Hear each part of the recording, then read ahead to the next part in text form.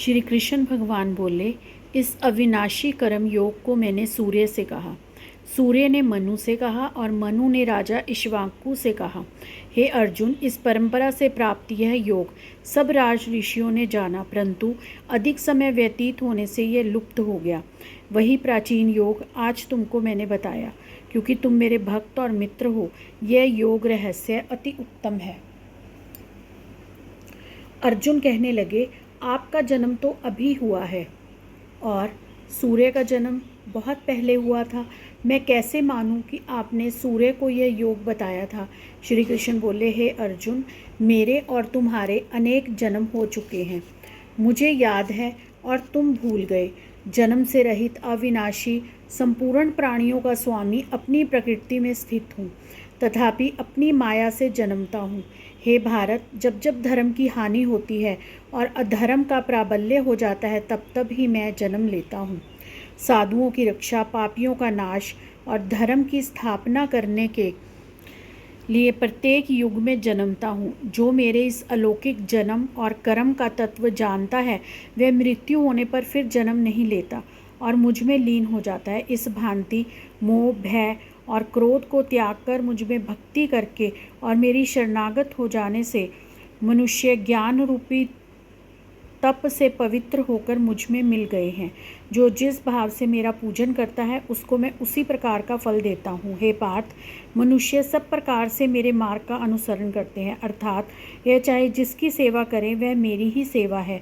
मनुष्य लोक में कर्म सिद्धि की इच्छा करने वाले देवताओं का पूजन करते हैं, क्योंकि इस लोक में कर्म की सिद्धि शीघ्र होती है।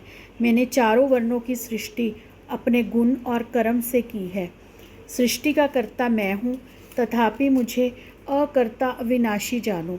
कर्म मुझको वृद्ध नहीं कर सकते, तथापि कर्म फल में मेरी कामना नहीं है। इस प्रकार जो मुझको पहचानते हैं, वक्त कर्मों के बंधन में, वह कर्मों के बंधन में नहीं पड़ता। अतएव पूर्व पुरुषों के किए हुए कर्म को तू भी कर। हे अर्जुन, कर्म क्या है, अकर्म क्या है, इसके विचार में विद्वान की बुद्धि भी चकरा जाती है।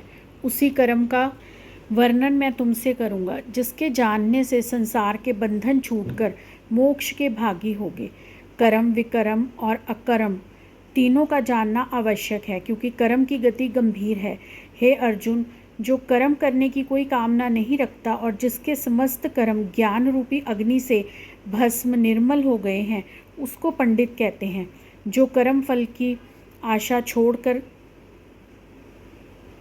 करता है, जो कर्म फल की आशा छोड़कर करता है, उनमें आसक्ति भी नहीं रखता और निराश्रय ही संतुष्ट रहता है, ऐसा मनुष्य कर्मों में घिरा रहने पर भी मानो कुछ नहीं करता। देव योग से जो कुछ मिल जाए उसी पर संतुष्ट रहता है। जो हर्ष, शोक आदि द्वंद्वों से मुक्त है तथा किसी से ईर्ष्या नहीं करता, कर्म की सिद्धि या असिद्धि में भेद नहीं समझता, वह कर्म करता हुआ भी उसमें नहीं बंधता। जो फल की इच्छा नहीं रखता, वह वासना से दूर हो गया है।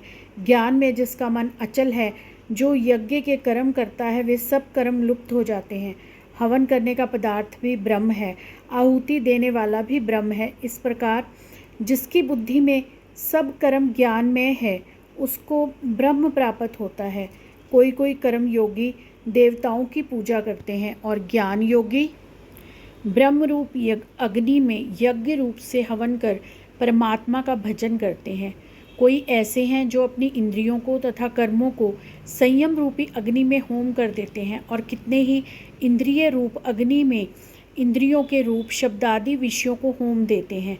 कितने ही लोग इंद्रियों के सब कर्मों को और प्राणों के कर्मों को आत्मज्ञान से प्रज्वलित संयम रूप अग्नि में होम कर देते हैं। कोई तो द्रव्य यज्ञ करते हैं, कोई तप यज्ञ, कोई योग यज्ञ, कोई स्वाध्याय, कोई ज्ञान रूपी यज्ञ करते हैं। कोई प्राणायाम में तत्पर रहने वाले योगी प्राण और अपान वायु में प्राण को रोकते हैं, प्राण वायु में अपान वायु का लय करते हैं। कोई आहार को निरंतर कम करके प्राण को होमते हैं।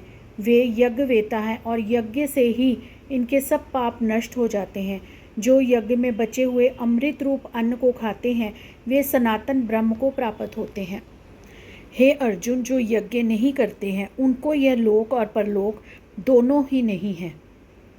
इस प्रकार से बहुत से यज्ञ वेद में विस्तार सहित वर्णित हैं। इन सबको कर्म से उत्पन्न हुए जानो। हे परंतप, द्रव्य में यज्ञ में ज्ञान यज्ञ उत्तम है। हे पार्थ, फल सहित सब कर्म ज्ञान में समाप्त हो जाते हैं, सो उसे ज्ञान यज्ञ का तत्वदर्शी और ज्ञानी लोग तुमको उपदेश करेंगे। इसलिए तुम उनकी सेवा करना और उनको विनयपूर्वक प्रसन्न करके ज्ञान यज्ञ जानना। इस ज्ञान का लाभ प्राप्त करके तुमको ऐसा मोह फिर नहीं होगा। इसी ज्ञान से समस्त प्राणियों को तुम अपने में और मुझ में देखोगे।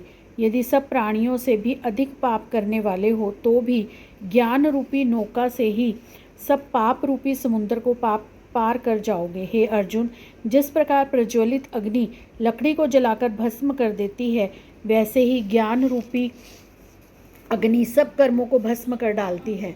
इस लोक में ज्ञान के समान पवित्र और कुछ नहीं है। यह ब्रह्म बहुत काल पर्यंत कर्म योग से सिद्ध हुए पुरुषों को अपने आप ही प्राप्त होता है। जो श्रद्धावान पुरुष इंद्रियों को जीतकर ब्रह्म ज्ञान में लगा रहता है वह ज्ञान को प्राप्त करता है और ज्ञान को पाकर अल्प समय में शांति को पा जाता है। अज्ञानी, श्रद्धा रहित और जिनके मन में संदेह है, ऐसे जो पुरुष हैं वह नष्ट हो जाते हैं। जिनके मन में संदेह रहता है उनको यह लोक परलोक और सुख कुछ भी प्राप्त नहीं होता।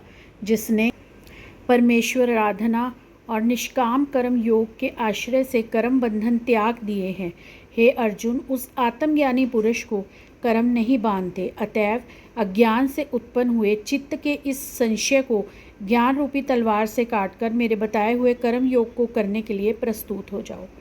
और इस तरह श्रीमद् भगवद गीता का 4था अध्याय समाप्त होता है।